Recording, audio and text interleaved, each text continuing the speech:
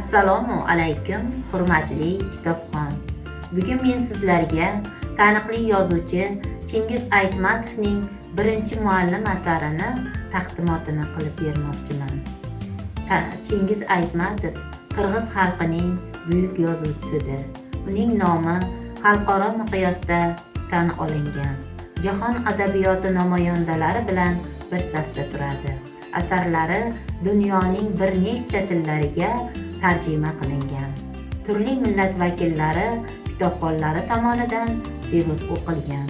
Uning mashhur asarlari Qiyomat, Gulsara, Jamila, Asrga tatigulik kun, Asrni qaritgan kun birinchi muallim asarlari taniqli asarlaridandir.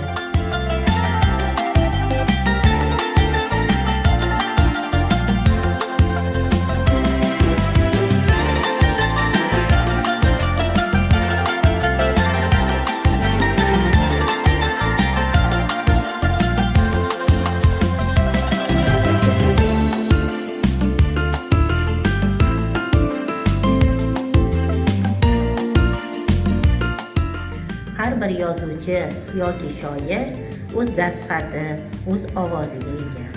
Qirg'iz yozuvchisi Chingiz Aytmatovning ijodi esa o'ziga xos, boshqalardan ajralib turuvchi xislat va fazilatga ega. Adib ikki tilda, qirg'iz va rus tilida ijod qiladi. Uning ijodi nafaqat qirg'iz xalqi, balki jahon xalqlari orasida ham sevib mutolaa qilinmoqda. Ayni paytda ham qiziqib o'qilmoqda.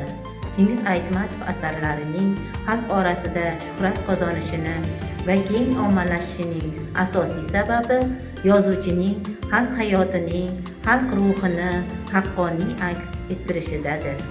Adibning birinchi muallim qissasi qahramonlari ham oddiy, mehnatkash, vatanparvar insonlar sanaladi.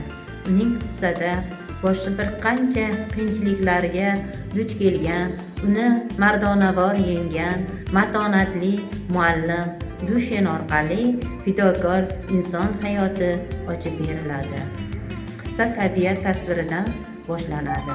Yosh rassomning bolaligi o'tgan zamin, yonma-yon qilib qurilgan ikki terak, Dushen maktabi deb nom olgan tepalik haqidagi xotiralari asar voqealari bilan bog'lanadi. Asar voqealari Dushenning sobiq o'quvchisi akademik Oltinoy Sulaymonova tilidan hikoya qilinadi. Asarning bosh qahramoni Dushen bodiy askar bo'lishiga qaramay, o'zining shijoati, sabr-toqati, bolalarga mehribonligi, aql-idroki, mehnatsevarligi bilan ajralib turadi. U og'ir vaziyatda qoloq qishloqda maktab ochadi. Bolalarni uyma-uy yurib maktabga qamrab oladi. Ovuldagi insonlar uning ustidan kuladilar. U tug'ilib o'sgan yurtining, xalqining farzandlarini savodli qilmoqchi bo'ladi. Chunki ilm, ma'rifat bilan vatanning kelajagi buyuk bo'lishiga ishonadi. Asarning yana bir qahramoni Oltinoydir.